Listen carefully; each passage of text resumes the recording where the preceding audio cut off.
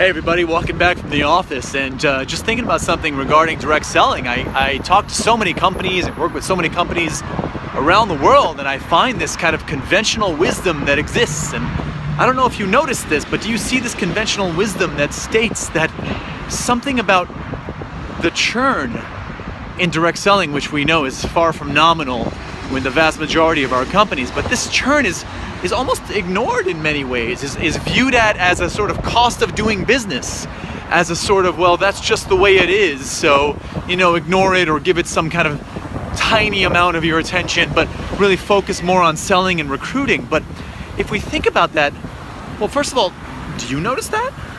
Do you see that happening in the space? And what if that's different? What if that conventional wisdom is an old convention?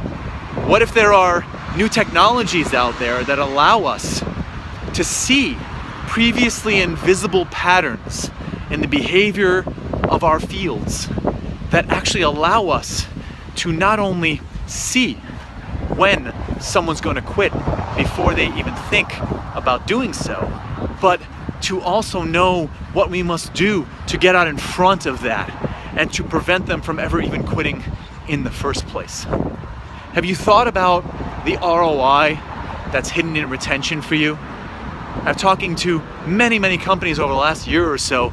I can tell you that the average company that has bothered to do the math, and believe it or not, very few have, but the average company that's done the math has discovered that for every 1% that they can increase their annual retention, their top line revenue, their sales, will increase by about 5%. So to do a round number, if you're a $100 million company and you bring your retention up by 2%, you just made $10 million.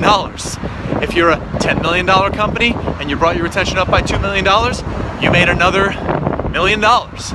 So it's not trivial amounts of money for relatively trivial increases in your retention. The question is, do you have the technology and, really more importantly, the will to try something new, to look at a different way of doing it? If you do, then I want to talk to you. We've got a super low risk way of proving to you that we can do it, just like we're doing it now for some of the biggest companies in this space. Hopefully I'll be talking to you soon. Thanks a lot, guys.